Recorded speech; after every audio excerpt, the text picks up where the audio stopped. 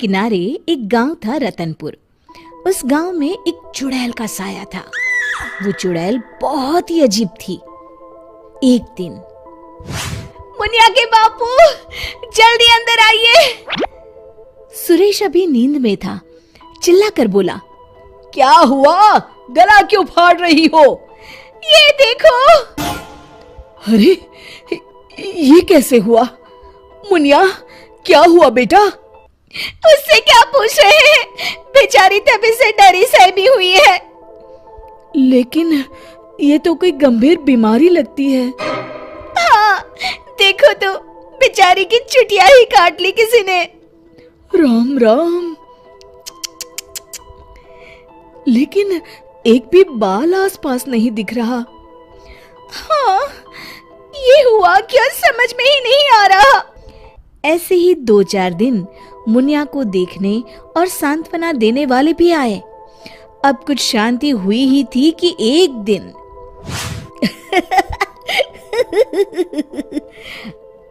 क्या हुआ रामू? तू हंस क्यों रहा है? अरे गागा, वो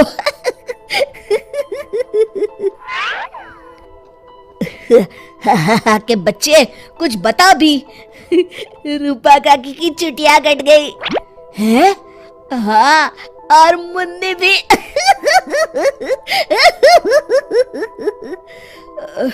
अच्छा, पर काहे? आप भी पूछ लो।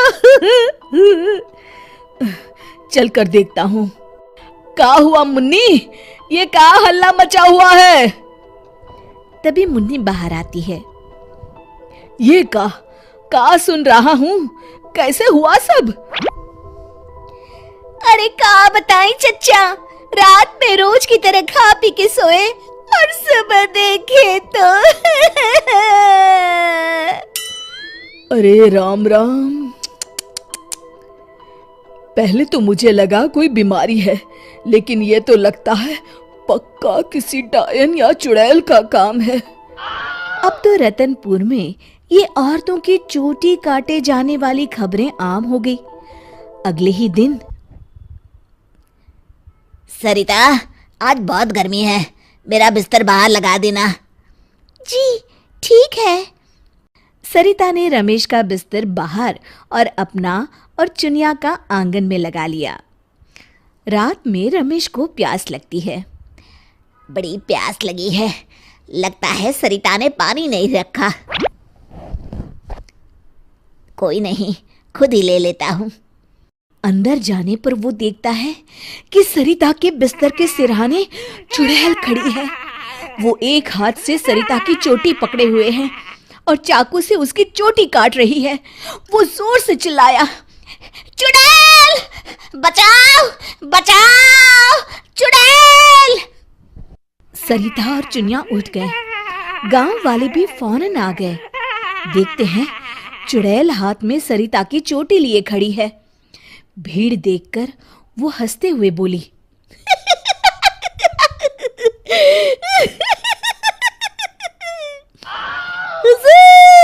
आते आते बहुत देर कर दी।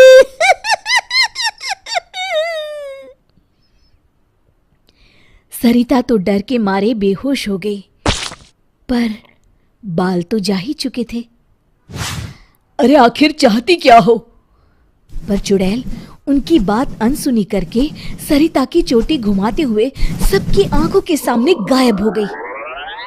चोटी वाली चुड़ैल की खबर जंगल की आग की तरह पूरे गांव में फैल गई और गांव में बातें चलने लगी। मुनवा, सुना है कल तेरी भाभी की भी चोटी चुड़ैल ले गई। हाँ, उन्हीं के घर मिलने जा रहा हूँ। वैसे तो ठीक ही रहा, कम से कम अब सर पर पल्लू तो टिकेगा। हाँ, ये बात सही कही आपने। इतना कह के दोनों वहां से चले गए। इसी तरह चुड़ैल का डर सारे गांव में बढ़ता गया और लोग घर छोड़कर वहां से जाने लगे। तभी कुछ गांव के लोग आपस में बात करने लगे, क्यों ना सरपंच जी के पास चले। हाँ, सरपंच जी ने दुनिया देखी है, कोई ना कोई उपाय ढूंढ ही निकालेंगे। हाँ, चलो।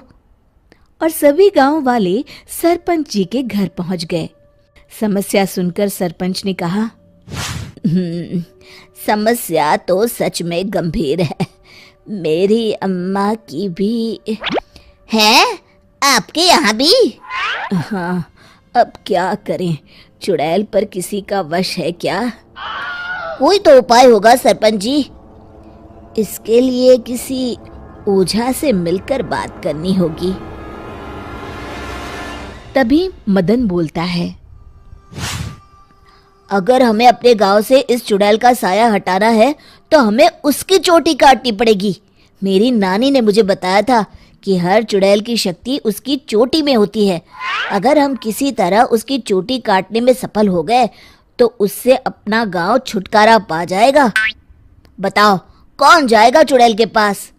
मैं उसे बताऊंगा कि क्या करना है। अरे मदन भैया, हम मुखिया जी के पास आए हैं मदद मांगने, वही जाएंगे। अरे ऐसे कैसे? मैं गया तो गांव कौन संभालेगा? इस रामू को भेज देते हैं। अरे ओ मुखिया, पगला गया है क्या? भरी जवानी में मौत के मुंह में चला जाऊं? तुम सब छोड़ो, मैं चला जाऊंगा। देखो, वो चुड़ैल अपना काम तभी करती है जब कोई सो रहा हो। आज तक कोई जगा हुआ इंसान उसका शिकार नहीं हुआ है ना? हाँ, सो तो है। तो आज रात सभी को जागते रहना है, सिर्फ मैं सोने का नाटक करूंगा। हाँ हाँ ठीक है। फिर मदन नकली चोटी लगाकर और साड़ी पहनकर पंचायत के चबूतरे पर ही सो गया। रात के 12 बजे चुड़ैल वहां आई। आज पूरे गांव में घुमाई, कोई सोया ही नहीं। तभी उसकी नजर चौक पर सोए मदन पर पड़ी। ये औरत यहाँ क्यों सोई है?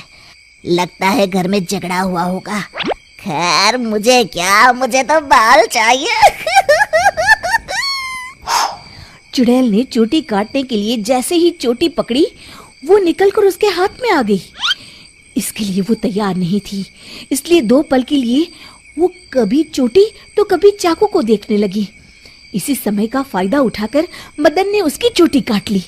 पहले तो वो डर गई, फिर भी हिम्मत करके बोली, कौन है तू? बता कौन है तू, नहीं तो मैं तुझे खा जाऊंगी। तेरी चोटी मेरे पास है, तू मेरा कुछ नहीं बिगाड़ सकती। मदन उसकी चोटी दिखाते हुए हंसता है। मेरी चोटी दे दे, दे दे मेरी चोटी, मेरी चोटी दे दे। चीखते हुए मदन की तरफ बढ़ी।